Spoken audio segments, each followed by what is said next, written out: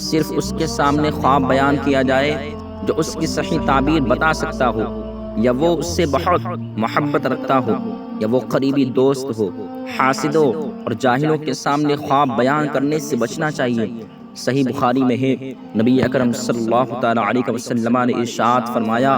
اچھا خواب اللہ تبارک و تعالیٰ کی طرف سے ہوتا ہے۔ جب تم میں سے کوئی پسندیدہ خواب دیکھے تو اس کا ذکر صرف اسی سے کرے جو اس سے محبت رکھتا ہو،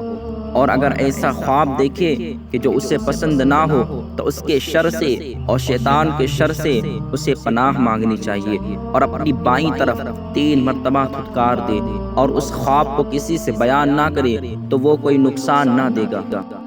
نمبر 2، اپنی طرف سے خواب بنا کر بیان نہ کیا جائے کہ اس پر حدیث پاک میں سخت وعید بیان کی گئی ہے۔ چنانچہ حضرت عبداللہ بن عباس رضی اللہ تعالی عنہما سے روایت ہے، رسول کریم صلی اللہ تعالی علیہ وسلم نے ارشاد فرمایا، جو شخص ایسی خواب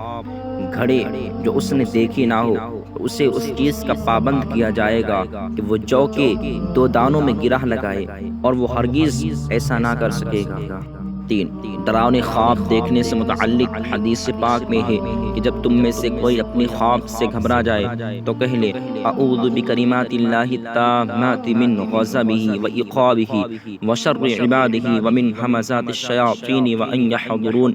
میں اللہ کے پوری کلمات کی پناہ لیتا ہوں، اس کی ناراضی اور اس کے عذاب سے، اور اس کے بندوں کے شر اور شیطانوں کے وسوسوں اور ان کی حاضری سے، تو تمہیں کچھ نقصان نہ پہنچے گا۔